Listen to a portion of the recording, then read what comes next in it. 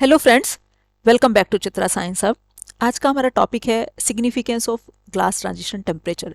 Glass transition temperature की क्या significance है। ग्लास ट्रांजिशन टेम्परेचर जो है एक इम्पोर्टेंट पैरामीटर है किसी भी पॉलीमेरिक मटेरियल का।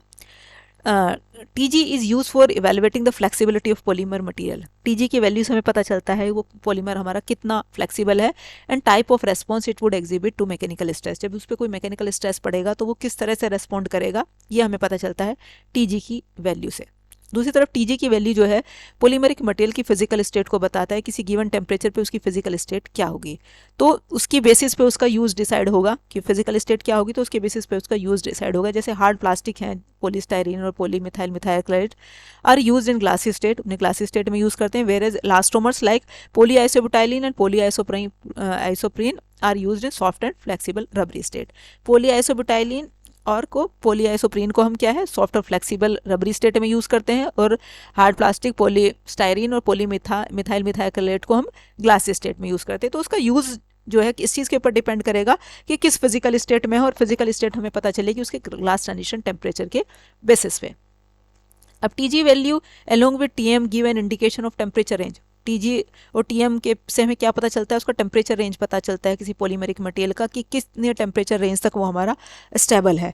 तो जो है इनकी हेल्प से हमें पता चलता है कि किस रेंज, उसकी टेम्परेचर रेंज क्या है at which a polymeric material transform from a rigid solid to viscous state. मतलब कितनी किस क्या टेम्परेचर रेंज है, किस में वो आपका स्टेबल रहता है। मतलब यदि हम उसकी स्टेट चेंज कर रहे हैं कि सॉलिड से विस्कस स्टेट में ला रहे हैं, तो कितने रेंज तक, टेम्परेचर की रेंज तक वो आपका स्टेबल रहेगा। This helps us in choosing the right processing technique.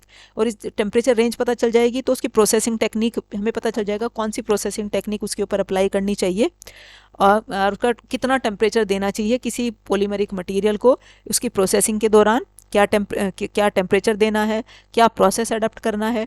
तो ये हमें पता चलेगा टीजी वैल्यू से और टीएम वैल्यू से। अब टीजी और टीएम वैल्यू आपकी कैसे एक दूसरे से रिलेटेड है, ये एक रिलेशन है। सिमेट्रिकल पॉलीमर में टीजी जो है टीएम से हाफ है, या दूसरे शब्दों में ये कह लें TG is equal to 0.5 KM, मगर ये टेम्परेचर जो है केल्विन में है।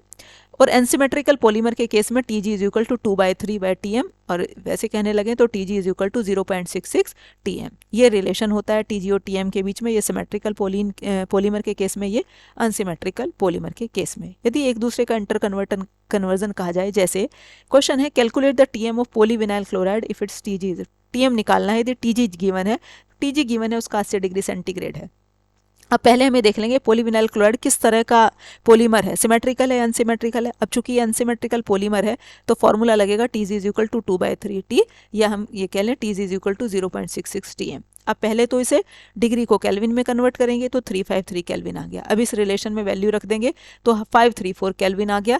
अब इस 534 केल्विन को फिर से हम डिग्री सेंटीग्रेड में करेंगे, इसमें से 273 माइनस कर देंगे तो ये हो गया हमारा 261 डिग्री सेंटीग्रेड। तो टीएम आ गया उसका 261। तो टीजी की हेल्प से हम क्या है टीएम इजीली कैलकुलेट कर सकते हैं। तो ये था हमारा आज का टॉपिक। Thank you.